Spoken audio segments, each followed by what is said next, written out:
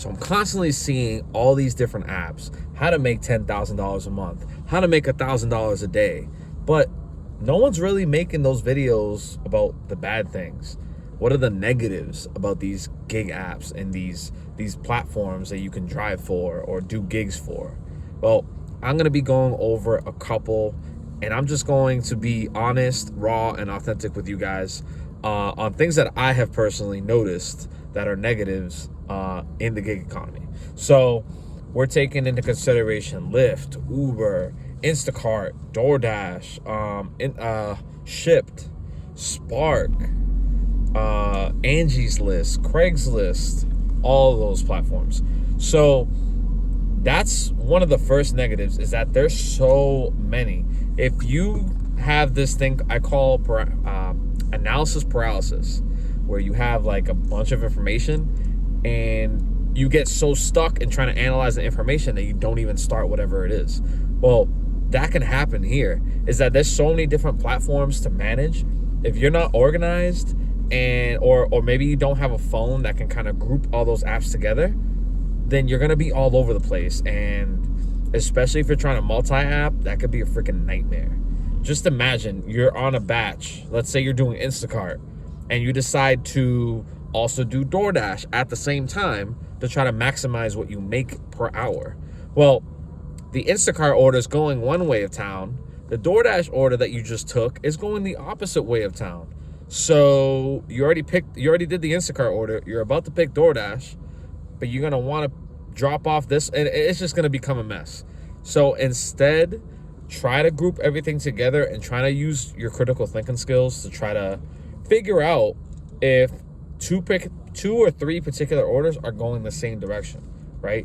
That's, and you might be watching this and saying, oh, that's common sense, but you wouldn't believe how many people comment on my videos or comment on other people's videos saying, oh, like, it's impossible to multi-app, like, it doesn't make sense, like, all these orders, they never go in the same direction. Well, there's times where, yeah, it doesn't make sense to do it, but there are a few times where it's smart to have multiple apps on, just in case you have another order that comes up in that instance that can go the same direction. So instead of a $20 order that you're doing on one app, now you have a $20 order and then another $30 order on another separate app that you can go the same direction.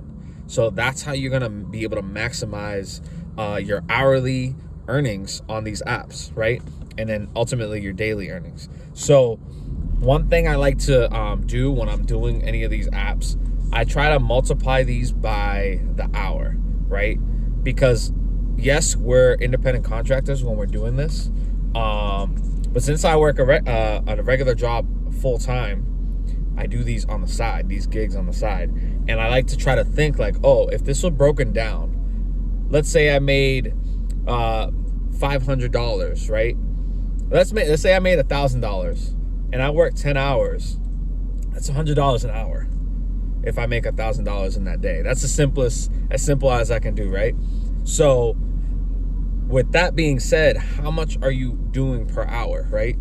You want to try to stay above 30, 40, well, depending on your area. I try to stay around 30, 40, 50 an hour.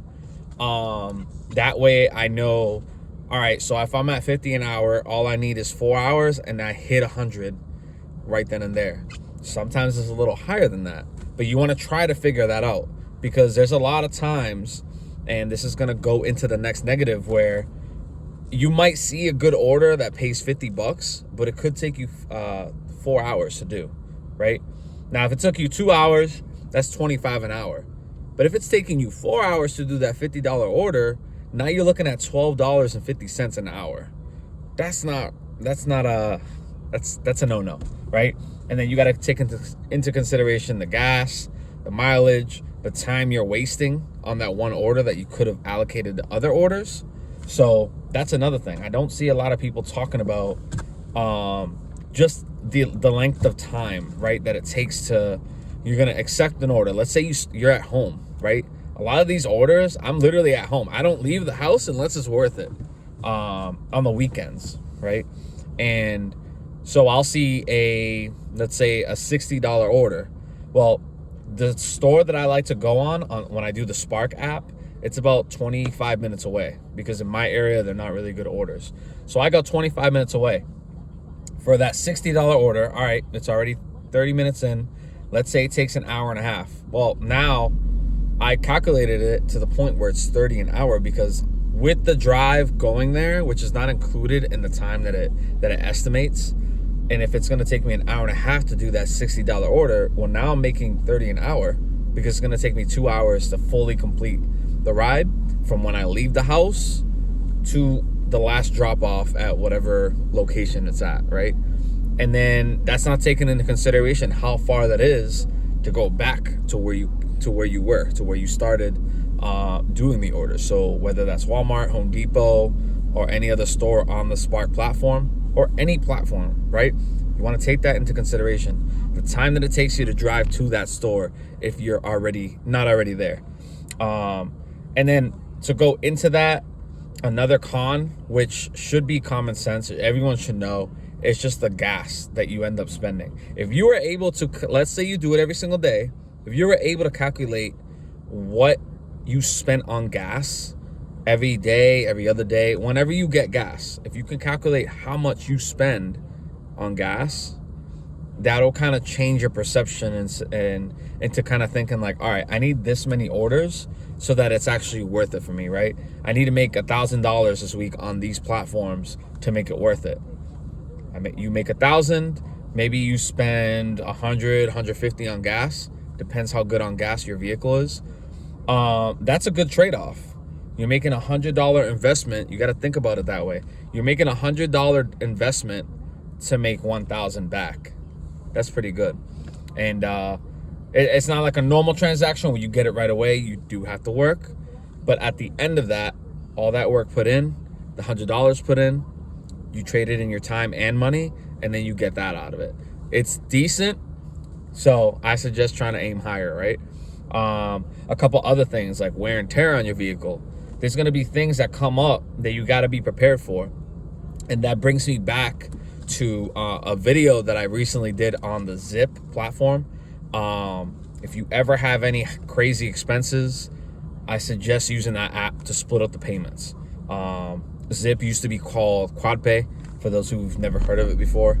It's essentially like Klarna, Affirm, what are some of the other ones? It just splits whatever the payment is, it splits it into 4. So let's say I'm gonna be doing my brakes pretty soon. That's probably gonna cost me $200, $250. Well, I don't have to put all that money down. All I have to do is 25%. So if it's $200, that's $50 down, and then every 2 weeks I can pay another $50. And especially if you're doing gig work full time, that app is gonna come in so clutch, because there's gonna be times where maybe you didn't do orders the previous week and you're not gonna have money yet, right? Or in my case, I get paid bi-weekly at my job, right? But if I do these apps, I have money daily. Imagine if I didn't do these apps. Like, I'd have to wait every 2 weeks.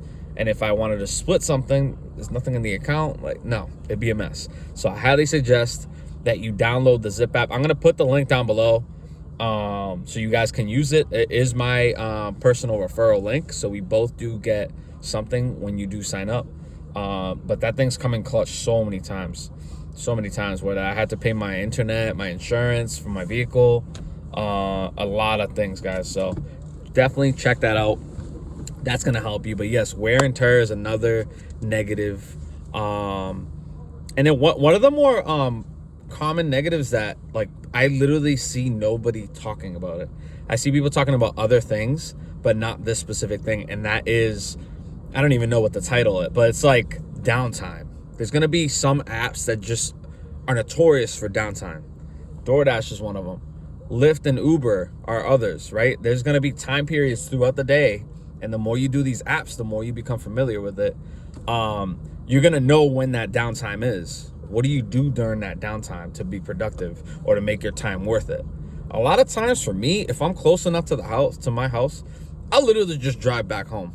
And then I'll if it's a weekend where I try to do orders in the morning, but if it's slow, I'll split it where I'll do like a couple orders in the morning and then I'll go back out when it's busy again. But yeah, downtime, how to use that effectively. Each app is different. you got to kind of experiment with whatever apps are available in your area. Because I could tell you what I do in Massachusetts and New Hampshire, but it's not going to apply directly to someone who lives in Wisconsin, who lives in California, who lives in Washington State. Like, it's different, and you got to try to figure that out. So that's another thing. What to do with downtime, right? That's why I always suggest, a lot of these channels out there also suggest it, that you have to have multiple different apps in order to be successful on these platforms, right? So if you're doing Uber, why not do Lyft as well, right? Why not do Lyft, Uber? Maybe in your area they have other driving apps. If you're doing Instacart, why not do Shipt as well? Why not add Spark to that as well, right? All three of those work together, because Spark, you're gonna be doing Walmart, Home Depot orders. Instacart covers a lot of the other ones. And then with Spark, it also covers most of the same that Instacart does, and especially Target. If you can get Target orders on Shipt and then a couple orders on Spark, it's a good day, right? So definitely take all that into consideration when you're doing these apps. Another negative when you're doing these apps is the transparency. So I don't see a lot of people being very transparent when it comes to the pay, and also what the platform used to pay. So I'll take Instacart for example. Around 2020, everyone knows what happened during that time period. The Instacart pay was insane. So I was literally getting regularly $45, $50 orders, all the way up to 112 was the highest during that time period. And I always say during that time period, I did take it for granted, because every single day the orders are literally like that all the time. So I got super comfortable. I'd be good with 150, 200 a day, because I would try to go out every day.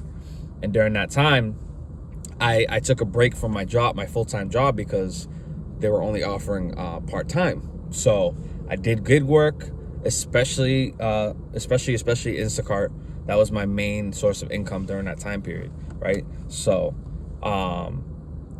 it's I don't see nowadays people talking about how the pay fluctuates, because every year these gig companies, they change the way, the method of payments. Some of it's a good thing, some of it's a bad thing, right?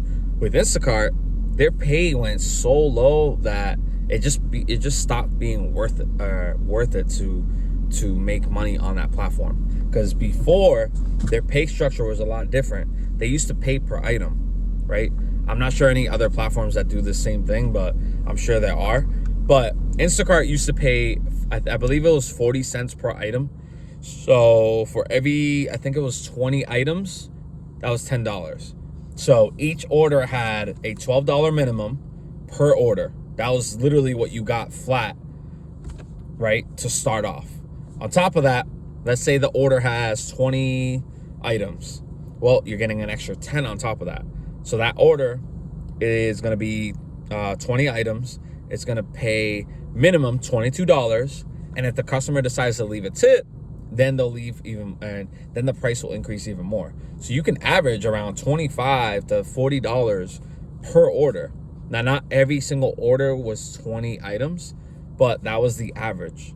Then for some reason, don't know why, probably because Instacart wanted to make more money, but they decided to change the pay structure. So instead of getting paid per item, they started becoming a little more sketchy with where the pay came from or originated from. They didn't even tell you how much money was coming to you that was allocated, or that was, how do I explain this? They just literally threw a random number on what they thought the batch was worth. So if it's like 57 items, maybe it's like 10 miles to drop off, that order will probably pay like $26. But it's like, all right, so where's this part of the 26 coming from?